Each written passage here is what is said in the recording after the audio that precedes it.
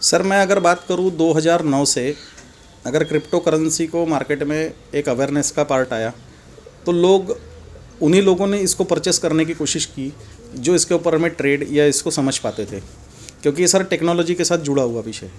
लेकिन सर हम जिस चरम सीमा पर इसको देखना चाहते हैं कि ये जिस प्रकार से मार्केट में जाके अगर ये यूटिलाइज भी होता है, क्या उसको आम जनता भी खरीद पाएगी, क्या आम जनता भी क्रिप्टो करेंसी को लेकर अवेयर हो पाएगी। ये सब तकनीक्स के साथ में हम अपने प्रोजेक्ट को लेके ये चीज़ लेकर आना कोशिश कर रहे हैं। अब होता क्या है ना सर कि एसेट्स को लेकर लोग बहुत ज़्यादा अवेयर होते हैं कि मेरा फ्यूचर का एक प्लानिंग हो, तो क्यों ना सर डिजिटल असेट्स को हम अपना प्रोफाइल बनाएं।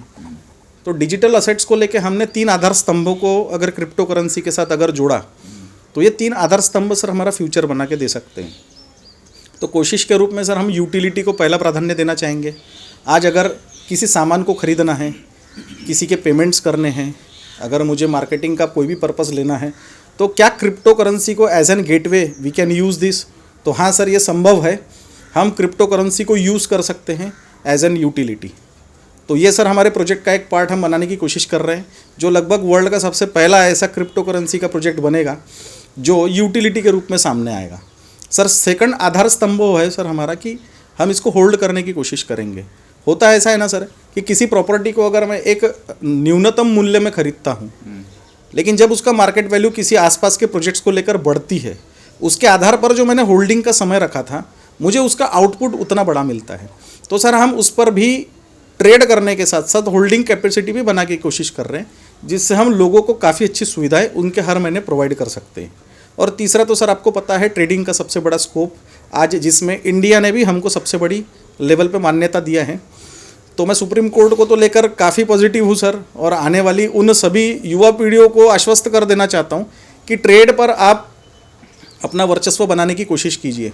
और सर मैं किसी ऐसे टॉपिक पर भी आप लोगों के साथ चर्चा करने की कोशिश करूँगा कि जितना भी संपर्क मेरा आप लोगों तक होता है, मैं अंत तक उस व्यक्ति तक पहुंचने की कोशिश करूंगा कि उसे क्रिप्टो करेंसी और ब्लॉकचेन टेक्नोलॉजी को लेकर मैं नॉलेज पहुंचा सकूं। तो सर ये हमारे 3 आधार स्तंभ है कि यूटिलिटी, होल्डिंग और ट्रेडिंग, ये आज क्रिप्टो करेंसी की मार्केट में वैल्यू बढ़ा सकते हैं। उसका मुख्य कारण ऐसा है सर कि आज अगर मैं देखूँ तो इंडिया की जनसंख्या 132 करोड़ है, और अगर टोकन की वर्थ या आपके कॉइन्स की वर्थ अगर लिमिटेड होती है, सप्लाई अगर लिमिटेड होता है, तो सर इसका डिमांड बढ़ता है। और जब डिमांड बढ़ता है सर तो ये कौन से लेवल पे जाके खड़ा हो सकता है इसकी कोई गारंटी नहीं, इसकी असीमित सीमाएं हैं। तो ये भी कहना चाहूँगा जितने मीडिया पब्लिकेशन है, बड़े मीडिया पब्लिकेशन, इकोनॉमिक टाइम्स में देख लीजिए, बिजनेस स्टैंडर्ड, जी बिजनेस, CNBC, ये लोग काफ़ी कंफ्यूज हैं इस चीज़ को लेकर। दे आर नॉट फोकसिंग, वो फोकस नहीं कर पाते हैं कि पर्टिकुलरली उनको क्या इन्फॉर्मेशन देनी है। जैसे वो और मीडियम को लेकर देते हैं इन्फॉर्मेशन या स्टॉक्स के बारे में या प्रॉपर्टी के बारे में, तो उसका रीज़न क्या है? क्या उनको कोई बांधा गया है मीडिया पब्लिकेशंस को कि इन्फॉर्मेशन ना दे? सर मैं इस चीज़ के बारे में तो बहुत ज़्यादा बोलना इसलिए भी पसंद नहीं करूँगा क्योंकि it is not my subject, but sir manipulation का पार्ट बहुत होते हैं। क्योंकि क्या शब्द निकलते कुछ और है और वो उसको परोसा कुछ और जाता है। लेकिन अगर हम आधारभूत तरीके से देखें और अपना खुद का अगर लक्ष्य उस पर केंद्रित करें, तो मुझे ये बात समझ में ज़रूर आती है सर कि हमारा अभ्यास कहीं गलत नहीं जाएगा। मैं किसी के शब्दों पर या किसी के बोलने पर कभी विश्वास नहीं करता। मेरा अपना खुद का एक अभ्यास रहेगा, और मैं यूथ को भी यही बताना चाहूँगा कि किसी के पास कोई चीज़ देखे और उसको पसंद करने से अच्छा क्यों ना उसके साथ खुद पहले अनुभवी हो जाए। क्योंकि क्या है ना सर, अनुमान से ज़्यादा अनुभव ही जीवन में काम में आता है। क्योंकि हम तो सिर्फ अंदेशा लगाते हैं कि ऐसा हो जाएगा, वैसा हो जाएगा। और सर मैं न्यूज़ेस को सीरियसली इसलिए भी नहीं देता बिकॉज़ वो शब्दों का एक खेल है, किसी एक व्यक्ति की सोच का मापदंड हो सकता है। लेकिन सर क्राइटेरिया है कि हमारा माइंड वही सोचता है जो हमें दिखाई देता है। सर देख कर परख कर ही अगर हम कोई चीज़ करें तो आज शायद हमारी परिस्थितियाँ काफ़ी बड़े लेवल तक सुधर सकती हैं। तो मैनिपुलेशन का गेम तो सर हर जगह चलेगा, इसलिए मैं विशेष टिप्पणी इस पर नहीं करना चाहता। और ये भी कहना चाहूँगा कि हर मीडियम के लिए ट्रेनिंग होती है। आप कोई भी चीज़ इन्वेस्ट कीजिए, आप हर चीज़ का ट्रेनिंग ले सकते हैं। इसका ट्रेनिंग अवेयरनेस आपको कितना लगता ज़रूरी है इस चीज़ को? सर देखिए बात कैसी है ना कि पहले तो हम चीज़ रेडियो पर सुनते थे, फिर टेक्निक्स आगे बढ़ी तो हमने टीवी पर इस चीज़ को देखना शुरू किया। आज सर हर प्रकार की चीज़ें हमारे पास मोबाइल में अवेयरनेस के रूप में अवेलेबल है। तो क्या हम उन चीज़ों को कितना समझ पाते हैं? आज हमारे पास प्ले स्टोर से कितने भी ऐप्स है जो हम डाउनलोड कर लेते हैं, लेकिन डाउनलोड करने के साथ साथ क्या उसके बारे में हमें जानकारी है कि वो हमारे लिए कितने सही है और कितने गलत है?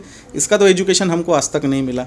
मैं कहीं कहीं ये सब बातें सर मुझे भी कहीं कटाक्ष लगती है कि अगर एजुकेशन का स्तर अगर इंडिया में या भारत में इस लेवल तक जाता है तो सर उन अनएजुकेटेड लोगों के लिए भी एक क्राइटेरिया बनना चाहिए कि मोबाइल की टेक्नोलॉजी उनको उतनी ही उपलब्ध कराए जितना उनका एजुकेशन है। यहाँ हो कैसा रहा है ना सर कि मोबाइल की फैसिलिटीज़ हर उस व्यक्ति को दी जा रही है जो सिर्फ और सिर्फ इंटरेस्ट ले रहा है कि मुझे ये मोबाइल चाहिए, लेकिन सर उसके ड्रॉबैक्स, उसके आउटपुट्स, काफ़ी ऐसी चीज़ें हैं जो मोबाइल के माध्यम से बच्चों के ऊपर में असर भी करती है, लेकिन सर इसके गुड इफ़ेक्ट्स भी बहुत अच्छे हैं। हमको लेना क्या चाहिए और हमें उसे यूज़ कैसा करना चाहिए, इस पर तो सर सबसे पहले टेक्नोलॉजी के ऊपर में हमारे सरकार ने थोड़ा वर्क करना चाहिए, ऐसी मेरी सर सोच पहली बन रही है। और ये बना लिबरलाइजेशन, जैसे और कंट्रीज़ की बात करें तो लिबरलाइजेशन जो होता है चीज़ों को लेकर वो कितना ज़रूरी है, खासकर फाइनेंशियल जो भी एस्पेक्ट होता है उसमें इतना लूप होल्स है और इतना ज़्यादा डोमिनेंस है, उसके बारे में बताना चाहूँगा। सर देखिए, बात तो ऐसी है कि मोदी जी ने काफ़ी अच्छा स्टेप लिया था डिमोनेटाइजेशन का। अब डिमोनेटाइजेशन नहीं होता तो शायद हम डिजिटल करेंसी की तरफ अपना कल नहीं करते। सर जहाँ पर भी फिज़िकल चीज़ें आएंगी वहाँ पर तो आपको करप्शन दिखेगा ही, और मैं तो जिस तरीके से आज भारत की स्थिति बनते जा रही है सर, मैं हेड्स ऑफ टू मिस्टर प्रधानमंत्री and heads off to those की जो आज इस दिशा में हमारे देश को लेके जा रहे हैं। सर मैं हर तरीके से सोचता हूँ कि आज देश हमारा बहुत सुरक्षित हाथों में है, और परिस्थितियों के आधार पर सर विरोध तो वहाँ होगा जहाँ पर इसकी टेक्निक्स किसी के समझ में नहीं आएगी या वो समझना ही नहीं चाहता। नहीं तो सर स्वार्थ की अगर मैं बात करूँ तो इस टेक्निक से कितने लोगों का क्या हो रहा है ये तो वही जानता है जो इसको यूज़ करता है। तो सर लूज पोल्स तो मैं इसमें ढूंढता नहीं।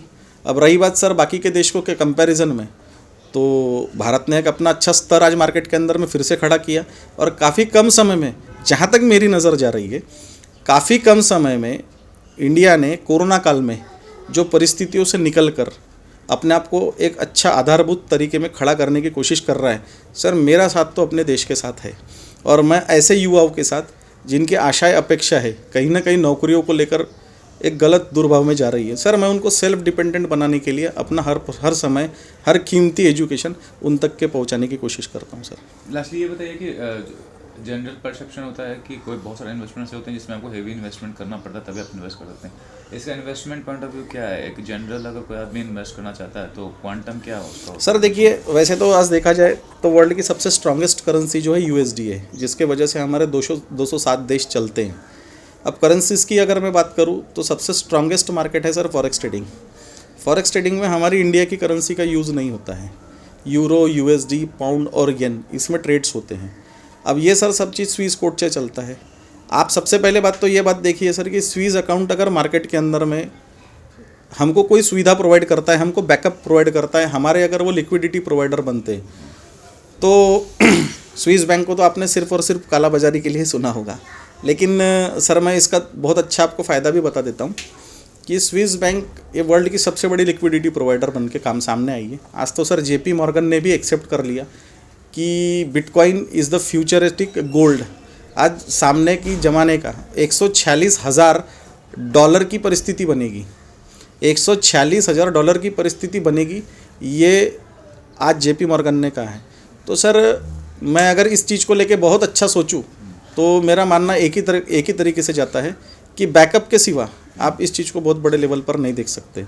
और जब तक के फॉरेन बैंक्स, वर्ल्ड बैंक जो वर्ल्ड को पैसा प्रोवाइड करती है, ये आप लोगों को ये सब चीज़ों की सुविधा प्रोवाइड नहीं करेगी, तब तक के सर हमारे देश की करेंसी में मजबूती भी नहीं आएगी, ना युवा मजबूत हो पाएगा, ना हम कोई फाउंडेशन बहुत बड़े लेवल पर बना पाएंगे सर।